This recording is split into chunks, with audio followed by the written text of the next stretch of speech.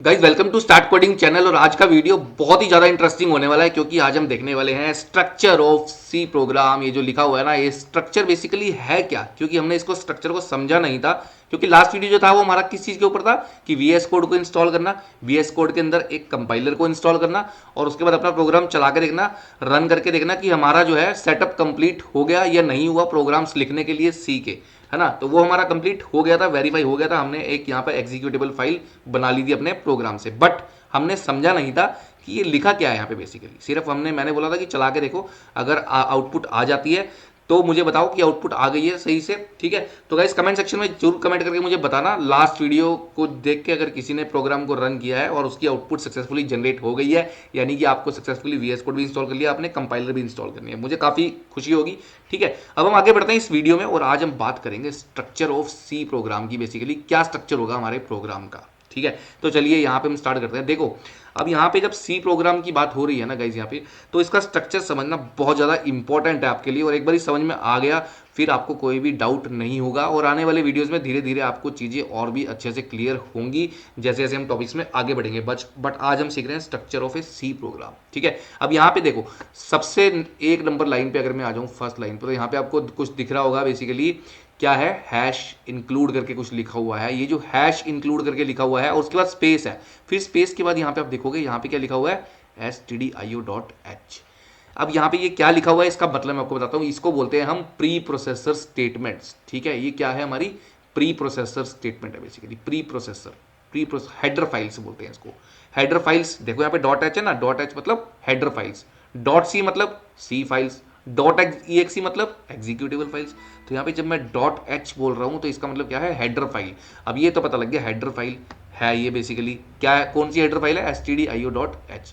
stdio जो file है, standard input output, ठीक है, ये क्या है, एक हेडर फाइल है। लेकिन ये हेडर फाइल यहाँ पर क्यों प्रेजेंट है, क्या काम है इस हेडर, ऐसे लिखने से क्या होगा यहाँ पे। इसको देखो भाई, ऐसा है, यहाँ पे आप देख रहे हो पहले क्या लिखा हुआ है, इंक्लूड। इंक्लूड तो समझ में आता है, इंक्लूड का मतलब क्या होता है, किसी चीज को इंक्लूड करवाना, ठीक है।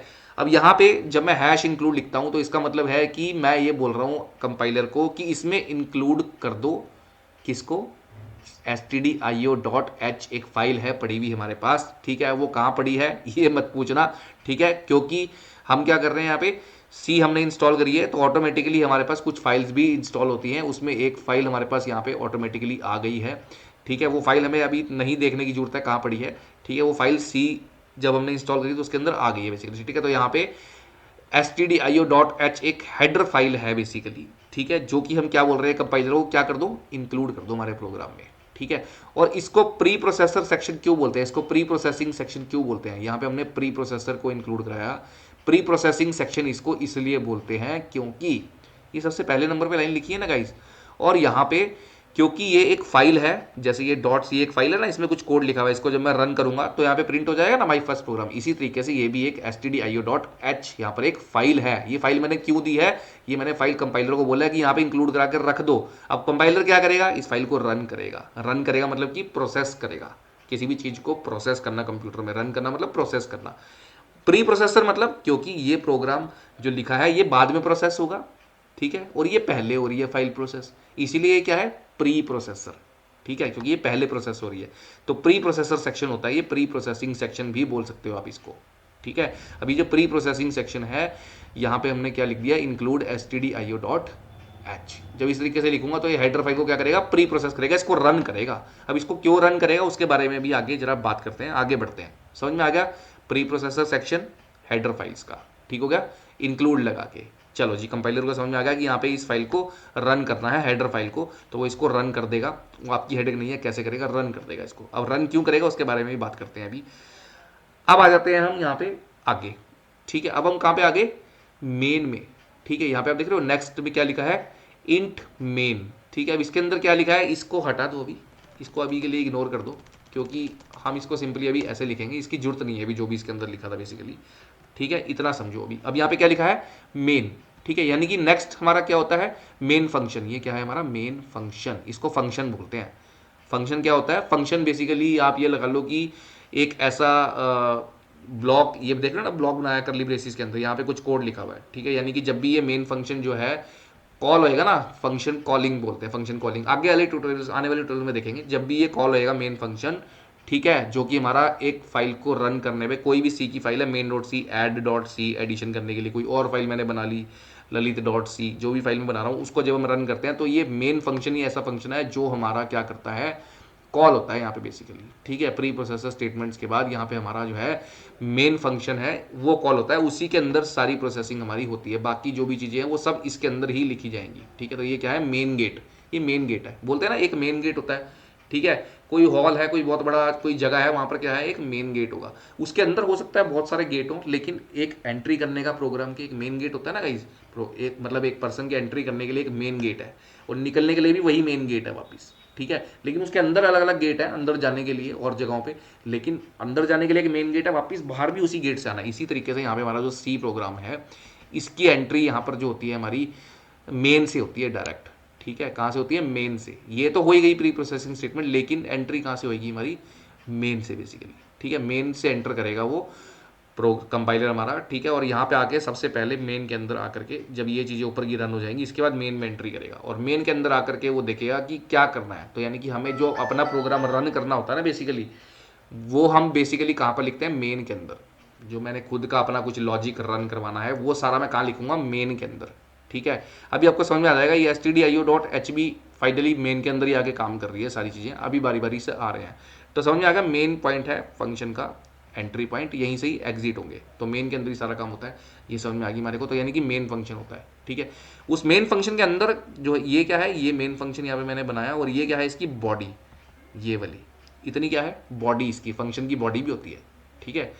ये फंक्शन का नाम है मेन, और ये फंक्शन की क्या है, बॉडी। अब इसके अंदर क्या लिखा है, बॉडी कर्ली ब्रेसेस लगा के लिखते हैं, आगे समझेंगे सिंटैक्स को, अभी हम स्ट्रक्चर समझ रहे हैं। बॉडी होती है, बॉडी के अंदर यहाँ पे क्या होता है, फंक्शन की बॉडी में स्टेटमेंट्स होंगी यहाँ पे, ठीक है। स्टेटमेंट्स हो सकती हैं, वेरिएबल्स हो सकते हैं, बहुत सारी चीज़ें हो सकती हैं। तो यहाँ पे एक स्टेटमेंट लिखी है मैंने, प्रिंट एफ। अब आए हम मेन मुद्दे पे, देखो अब यहाँ पे इतना समझ में आ गया, ठीक है। स्ट्रक्चर के अंदर प्रिंट एफ, अब प्रिंट एफ यहाँ पे जो लिखा है इसका मतलब क्या है कि प्रिंट कर दो, क्या है इसका मतलब, प्रिंट कर दो। कल हमने रन किया था ना लास्ट वीडियो में इस प्रोग्राम को, ये रन करा था तो ये प्रिंट हो गया था स्क्रीन पे। अब मैंने यहाँ पे लिखा प्रिंट एफ। प्रिंट एफ एक फंक्शन है जो कि क्या करता है, माई फर्स्ट प्रोग्राम, जो मैं इसको इसके करली ब्रेसिस में जो भी लिखता हूँ वो मेरे को प्रिंट होके मिल जाता है बेसिकली, किससे, प्रिंट एफ की मदद से। तो यानी कि मैंने बोला प्रिंट कर दो माई फर्स्ट प्रोग्राम, तो ये प्रिंट करके मुझे दे देगा माई फर्स्ट प्रोग्राम बेसिकली, ठीक है। अब इसको मैं, अब ये एक बारी चलो पहले इसको रन करते हैं जल्दी से, टर्मिनल पे चलते हैं, फिर आपको और समझाता हूँ मैं, ठीक है।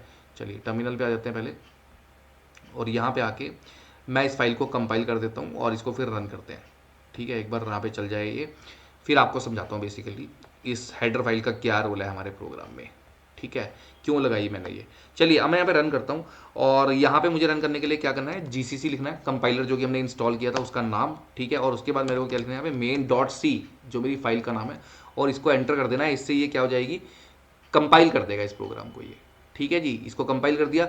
अब कंपाइल करने के बाद यहाँ पे हमें क्या करना है, इसको रन करना है। रन करने के लिए इसने क्या बनाया, यहाँ पे a.exe एक फाइल बना दी, ठीक है। आपको क्या तो पहले ही बनी हुई थी, चलो इसको मैं डिलीट भी कर देता हूँ, कोई ऐसी बात नहीं, इसको मैं डिलीट कर देता हूँ। तो इसको हम डिलीट कर देते हैं, और यहाँ से इस प्रोग्राम को फिर से मैं क्या करता हूँ, अब मैं फिर से बोलता हूँ यहाँ पे gcc main.c। जैसे ही इसको रन करूँगा, कंपाइल कर रहा हूँ, वो फाइल बनेगी a.exe ऑटोमेटिकली। पहले बनी हुई थी तो इसलिए आपको लग रहा, ठीक है, दिख नहीं रही थी, वो दिख रही थी बेसिकली। अब ये मैंने देखो अब बन गई ना, a.executable फाइल बन गई यहाँ पे, जैसे इसने कंपाइल करा, पूरा कंपाइल हो गया, कंपाइल होने के बाद रन हो गया। अब ये बन गई, अब मैं इसको रन कर सकता हूँ, बोलूँगा डॉट मतलब करंट फोल्डर। करंट फोल्डर कौन सा है, ये वाला सी प्रोग्रामिंग कोर्स का। इस फोल्डर के अंदर क्या करो, एक a.exe फाइल है, अरे a.exe फाइल है, इसको रन कर दो, ठीक है। ये लिखा मैंने इसका नाम, और उसके बाद एंटर कर दिया। जैसे ही एंटर करूंगा यहाँ पे मेरे को प्रिंट हो गया, मिलेगा माई फर्स्ट प्रोग्राम, ठीक है।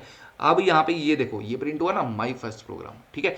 ये जब माई फर्स्ट प्रोग्राम इसने प्रिंट करा, ये किसकी मदद से करा, प्रिंट एफ फंक्शन के अंदर मैंने लिखा है।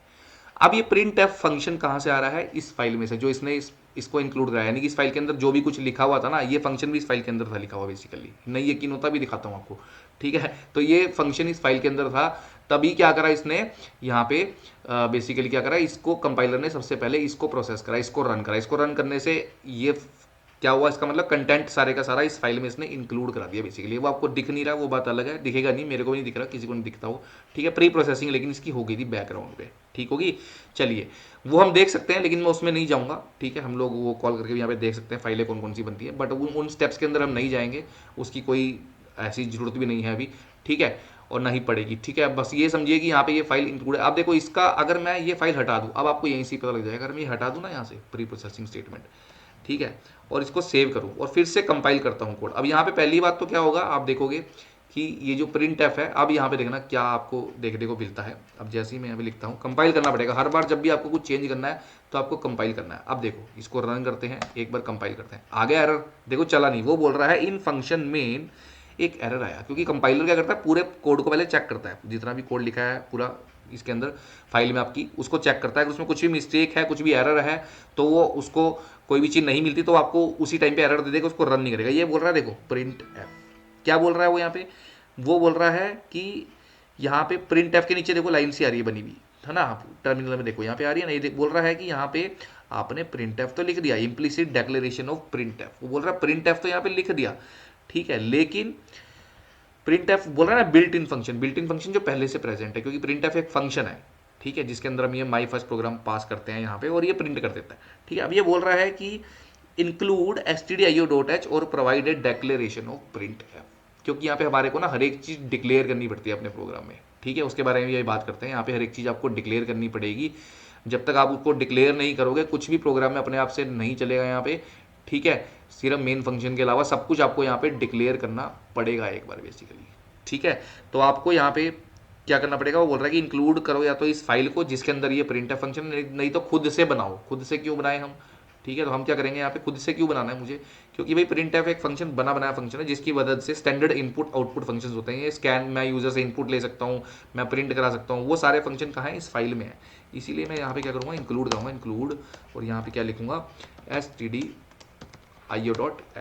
ठीक है। अब ये इंक्लूड करा दी, अब इसको कोई दिक्कत नहीं है, इसको मिल जाएगा प्रिंट एफ, इस फाइल में से मिल जाएगा, पहले उसको नहीं मिल रहा था, ठीक है। मैंने यहाँ पे इसकी बात सुन ली, देखो लिखा ना इसने कि 5 नंबर लाइन में जो आपने प्रिंट एफ फंक्शन दिया है, वो क्या बोल रहा है कि या तो ये जो आपने प्रिंट एफ फंक्शन दिया है इसके बारे में इसको डिक्लेयर करो, डिक्लेयर करके मतलब बताओ कि ये क्या चीज़ है, मुझे नहीं पता, ठीक है। क्यों नहीं पता था, क्योंकि भाई वो जो प्रिंट एफ फंक्शन था वो कहाँ पड़ा है, इस फाइल में पड़ा है, stdio.h में, इस फाइल में पड़ा हुआ है stdio.h में, और पहले यहाँ पे वो इंक्लूड नहीं थी, मैंने हटा दिया था, इसलिए उसको नहीं मिल रहा था, ठीक है। अब जैसे ही मैंने यहाँ पे इंक्लूड कर दिया, तो अब ये क्या करेगा, इसको प्रिंट एफ फंक्शन यहाँ पे मिल जाएगा बेसिकली, ठीक है। चलिए इसको सेव कर दिया मैंने फाइल को, अब फिर से इसको हम क्या करते हैं, कंपाइल करते हैं। अब यहाँ पे एक चीज़ और बताता हूँ, जब हम कंपाइल करते हैं तो ये आप देख रहे हो a.exe के नाम से बना रहा है, अगर आपको कोई और नाम देना है किसी और नाम से भी बना सकते हो आप, ठीक है, एग्जीक्यूटेबल फाइल, जैसे मैं बोल दूँ lalit.exe और फिर एंटर करूँ, तो यहाँ पे lalit.exe के नाम से फाइल बनेगी, देखो, ठीक है। अब lalit.exe की बन गई, अब मैं इसको रन करता हूँ, देखो अगर मैं यहाँ पे रन करता हूँ lalit.exe को, तो मैं बोलूँगा lalit.exe, ठीक है, और एंटर करता हूँ। अब चल रहा है ना, कंपाइल होगा, पूरा कंपाइल हो जाता है तभी एग्जीक्यूटेबल फाइल बनती है। अगर एग्जीक्यूटेबल फाइल बन गई इसका मतलब आपके प्रोग्राम में कोई एरर नहीं है, आपको आपका प्रोग्राम उसने बना के दे दिया एग्जीक्यूटेबल फाइल, आप उसको रन कर सकते हो। रन करोगे तो जो भी मेन फंक्शन के अंदर लिखा होगा, एंट्री पॉइंट यही है, एग्जिट पॉइंट यही है प्रोग्राम का, तो आपका वो रन होगा। अब यहाँ पे आती है नेक्स्ट चीज, जो कि है रिटर्न जीरो, ठीक है। अभी ग्लोबल डिक्लेरेशंस के बारे में बात करते हैं क्या होती हैं।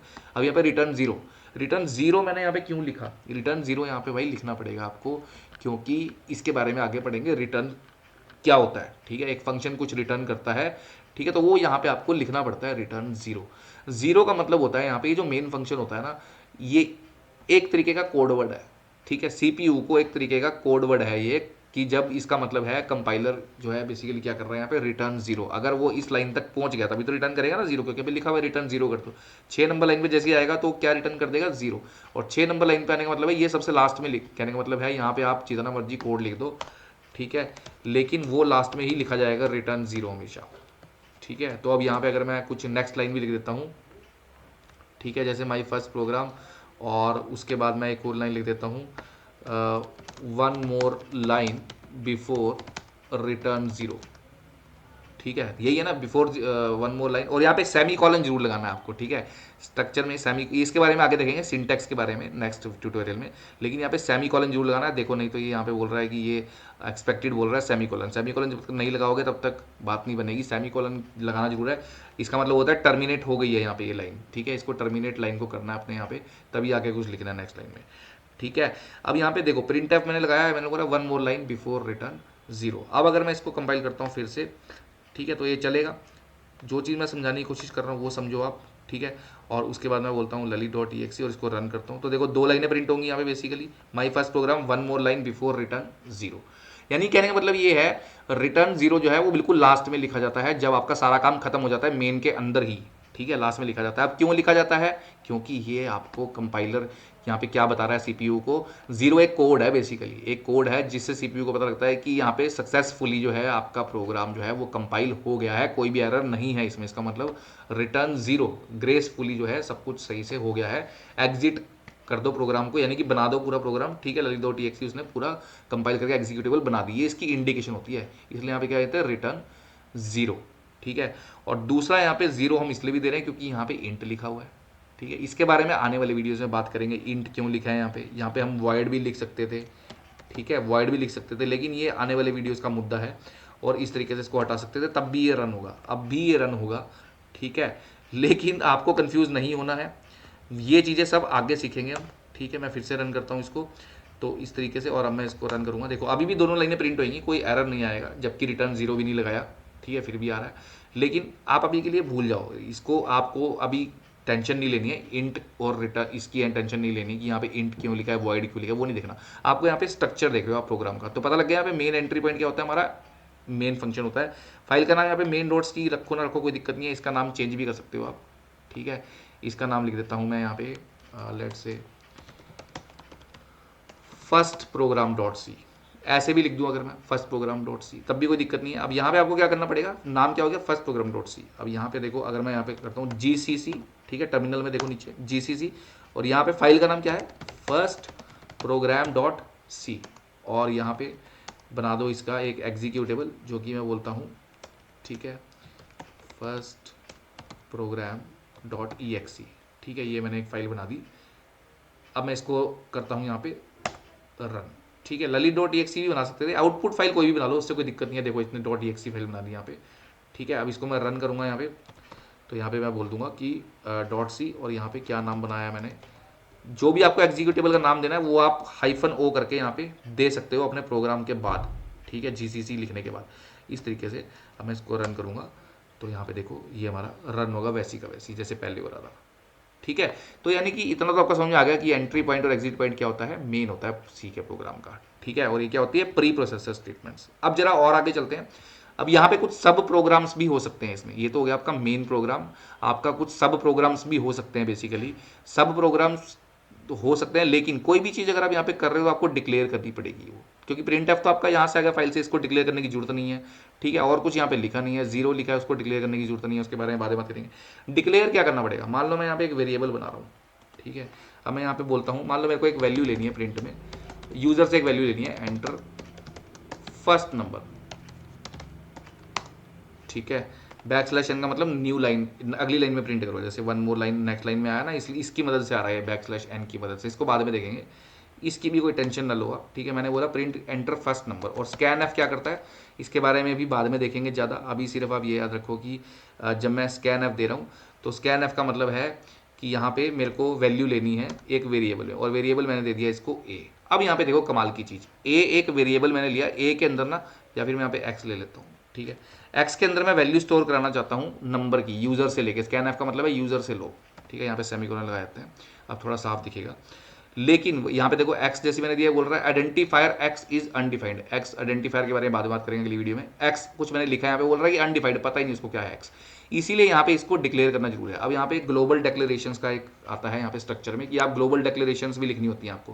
पहले क्या आती हैं, प्री प्रोसेसर स्टेटमेंट्स, अरे पहले क्या आती हैं, प्री प्रोसेसर स्टेटमेंट जो फर्स्ट नंबर लाइन पे है, उसके बाद आप नेक्स्ट लाइन में क्या लिख सकते हो, ग्लोबल डिक्लेरेशन, 2 नंबर लाइन पे लिखो, 3 नंबर लाइन पे लिखो, कहीं पे भी, ठीक है। तो मैंने यहाँ पे लिख दिया ग्लोबल डिक्लेरेशन, डिक्लेयर कर दो, इसको बताना पड़ता है यहाँ पे, क्योंकि स्टैटिकली टाइप लैंग्वेज है। पहले कंपाइलर पूरा कोड चेक करता है, अगर उसको पता ही नहीं होगा एक्स क्या है तो फिर वो आगे चलने नहीं देगा, आपको बढ़ने नहीं देगा आगे। तो कंपाइलर को बताओ कि मेरे को एक इंटीजर वैल्यू लेनी है यूजर से एक्स की, और यहाँ पे उसको इस तरीके से डिक्लेयर करो, ठीक है। तो मैंने बोला इंट एक्स डिक्लेयर कर दो, और उसके बाद यहाँ पे मैंने बोला प्रिंट कर दो। अब यहीं पे ही प्रिंट करा लेते हैं एक्स की वैल्यू, ठीक है। तो यहाँ पे ले लूँगा प्रिंट एफ, इसको हटा देते हैं यार, इसको क्यों मैसी बनाए अपने कोड को, अब इसका काम खत्म, इसको हटा देते हैं। ठीक है। अब यहाँ पे प्रिंट एफ, और यहाँ पर मैं लिख देता हूँ कि सिंपल चीज लिखूंगा, वैल्यू ऑफ एक्स। ठीक है, मैंने ये लिखा वैल्यू ऑफ एक्स, और यहाँ पे वैल्यू ऑफ एक्स लिखने के बाद मेरे को इसको प्रिंट कराना है। ठीक है, परसेंटेज डी क्यों लिखा है उसके बारे में भी आगे बात करेंगे, आपको बिल्कुल भी टेंशन नहीं लेनी है बेसिकली। यहाँ पे सिर्फ हम ये देख रहे हैं कि ग्लोबल डिक्लेरेशंस क्या चीज़ होती हैं। ठीक है, अब यहाँ पे पहले इसको रन करते हैं, फिर आपको समझा भी देता हूँ बेसिकली। ठीक है जी, तो चलिए इसको रन करने के लिए क्या लिखूंगा, जीसीसी, फाइल का नाम क्या है, फर्स्ट प्रोग्राम डॉट सी। ठीक है, और हाइफन ओ करके कोई भी नाम दे सकते हो।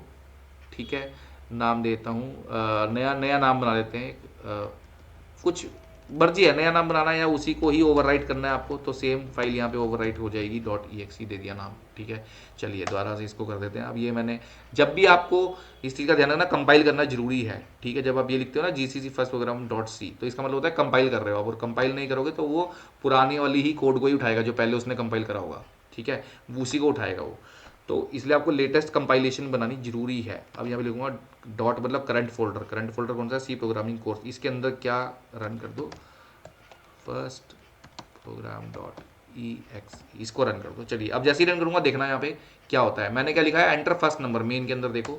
अब एंटर फर्स्ट नंबर में देखो, एंटर फर्स्ट नंबर इधर आ रहा है, यहाँ पे दिखा रहा है, कोई बात नहीं, यहाँ पे ले लेते हैं एंटर फर्स्ट नंबर। वैसे अलग से ये दिखा रहा है ये अवस्था साइबर कैफे में, हालांकि इसको यहीं पे ही दिखाना चाहिए था। ठीक है, वो अलग से दिखा रहा है, कहाँ गया वो, कहाँ गया हमारा बेसिकली यहाँ पे। ठीक है, आप भी देखो गाइस एक बार, आपको भी, आप देखो वो बंद हो गया अपने आप ऑटोमेटिकली, वो बीच में कोई यूटिलिटी चल रही है वो दिखा रही है, अदरवाइज वो यहीं पे दिखाएगा टर्मिनल में। देखो एंटर फर्स्ट नंबर लिखा हुआ आ गया यहाँ पे, एंटर फर्स्ट नंबर। ठीक है, अब अगली लाइन में इनपुट भी देखो, अगली लाइन में मांग रहा है वो सेम, यहीं पे नहीं मांग रहा, नेक्स्ट लाइन में अब एंटर कर गया, इससे कराइए बैकस्लैश से। ठीक है, इसकी वजह से कराया वो। अब उसके बाद इनपुट मांग क्यों रहा है वो, क्योंकि ये मैंने क्या लगा रखा है यहाँ पे, स्कैनएफ लगा रखा है मैंने। ठीक है, और यहाँ पे भी ना आपको एक्चुअली में स्कैनएफ लगाने के बाद ना एक चीज़ यहाँ पे हम लगाना भूल गए हैं, M% भी आपको लगाना था। ठीक है, अगर मैं इसको नंबर देता हूँ तो अभी शायद स्टोर ना भी हो, एक बार रन करते हैं, हो सकता है VS कोड मैनेज कर ले, बट यहाँ पे देखो अभी ये दिया मैंने, लेकिन प्रोग्राम आगे नहीं चल रहा मेरा। ठीक है, क्योंकि यहाँ पे एक गड़बड़ मैंने कर दी है छोटी सी, उसको ठीक कर लेते हैं। ठीक है, वो क्या करी यहाँ पे M% नहीं लगाया। ठीक, वो मैंने प्रोग्राम चलाने से पहले ही डिटेक्ट कर लिया था, बट इसका एरर नहीं आएगा उससे कोई, अगर आपको लगे एरर आएगा तो एरर नहीं आएगा। ठीक है, यहाँ पे ये जरूर लगाना है आपको M% का मतलब क्या होता है, एड्रेस ऑफ एक्स, क्योंकि मुझे इसके इस एड्रेस पे वैल्यू स्टोर करानी है। कौन सी वैल्यू स्टोर करानी है, जो इसके अंदर आएगी कहाँ से, यूजर से जो मैं लूंगा। चलिए दोबारा रन करते हैं, M% लगाना जरूरी है आपको, अब सही चलेगा। देखो अब फिर से लिखूंगा GCC, ये इसको एंटर करते हैं, कंपाइल करते हैं, और कंपाइल करने के बाद इसको रन कर देते हैं। ठीक है, जैसे ही इसको रन करूंगा देखो यहाँ पे आपकी इनपुट यहाँ पे लेगा बेसिकली, और यहीं पे हम लिखेंगे फर्स्ट प्रोग्राम में अपनी इनपुट बेसिकली। ठीक है, इधर आ रहा है, इधर देने की जरूरत नहीं है, यहाँ पे देंगे हम अपनी इनपुट। ठीक है, ये एक बार यहाँ पे आ रहा है बेसिकली, जबकि मुझे देखो अब यहाँ पे आया ये। ठीक है, उसको मैं उड़ा दूंगा, सब साइबर कुछ बीच में साइबर सिक्योरिटी वो कर रही है, उसको मैं उड़ा दूंगा। ठीक है, कोई एप्लीकेशन है बीच में, उसकी वजह से वहाँ पे आ रहा है वो, अदरवाइज यहीं पे देखो एंटर फर्स्ट नंबर।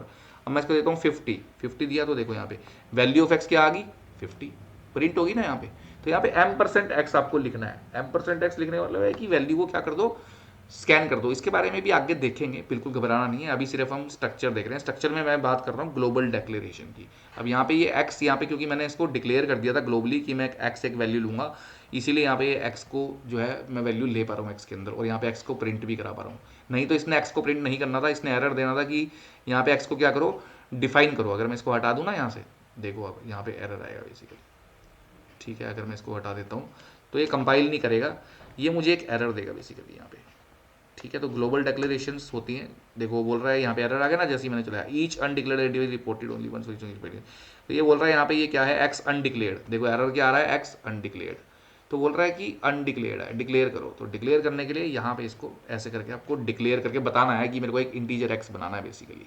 ठीक है गाइज, तो ये होती है ग्लोबल डिक्लेरेशन, फिर आगे मेन, और ये आगे इसकी बॉडी, और लास्ट में क्या आता है, रिटर्न स्टेटमेंट। ठीक है, तो ये है आपका basically basic structure of C program, ये है हमारा। आप अगर कोई सब प्रोग्राम बनाना चाहते हो वो भी हम बना सकते हैं, वो जब आगे करेंगे ना वीडियोस में, एडवांस जाएंगे जब, फिर आपको समझ में आएगा सब प्रोग्राम क्या होता है। सब प्रोग्राम को बनाएंगे, जब बारी आएगी सब प्रोग्राम को बनाने की, तब उसके बारे में बात करेंगे। फिलहाल अभी हमने ये देखा कि कैसे यहाँ पे फर्स्ट नंबर की मैंने इनपुट ली और फिर उसको प्रिंट करा दिया। ठीक है, आप चाहो तो एक और नंबर भी ले सकते हो। आपकी एक असाइनमेंट है छोटी सी, करके दिखाना मुझे और कमेंट सेक्शन में बताना। अगर मैं फर्स्ट नंबर ले रहा हूँ 50 और मैं एक नंबर और लूँ 100 या कोई भी, तो उन दोनों के रिजल्ट को मुझे ऐड करना है x प्लस वाई।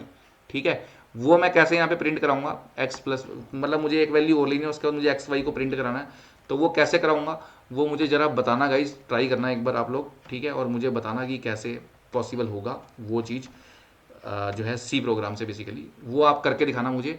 ठीक है, तभी मज़ा आएगा, आगे चलेंगे फिर हम, और आपको भी चीज़ें जो है अच्छे से प्रैक्टिकली क्लियर हो जाएंगी गाइस। ठीक है, बाकी वीडियो में तो वीडियो को लाइक करना, चैनल को सब्सक्राइब करना, और नेक्स्ट प्रोग्राम में मिलता हूँ आपसे। नेक्स्ट उसमें सिंटैक्स बताऊंगा सारा। ठीक है, आइडेंटिफायर्स, वेरिएबल्स, कॉन्स्टेंट्स, टोकन्स क्या होते हैं उसके बारे में बात करेंगे गाइज। बाकी फिर वीडियो को लाइक करना बिल्कुल तो भूलना। तब तक के लिए गुड बाय गाइज।